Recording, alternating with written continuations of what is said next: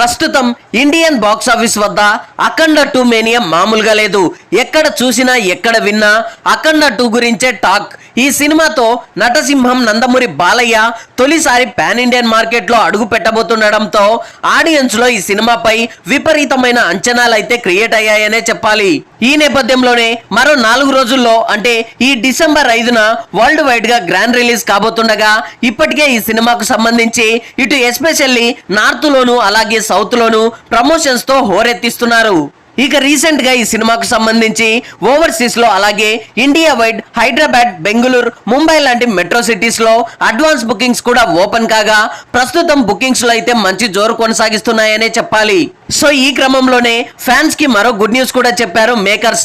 అఖండ 2 సినిమాపై ఉన్న నమ్మకంతో రిలీజ్ కి ఒక రోజు ముందే అంటే డిసెంబర్ 4న ఈ సినిమాకు సంబంధించి ప్రత్యేకంగా అభిమానుల కోసం భారీ ఎత్తున ప్రీమియర్ షోస్ అయితే నిర్వహించడం జరుగుతుంది.